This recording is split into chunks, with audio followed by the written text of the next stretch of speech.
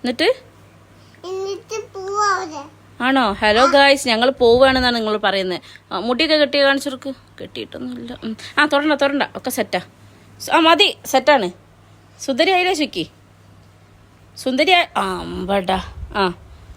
സുന്ദരി ആയ ചോയ്ക്കി? ഇവളെന്താ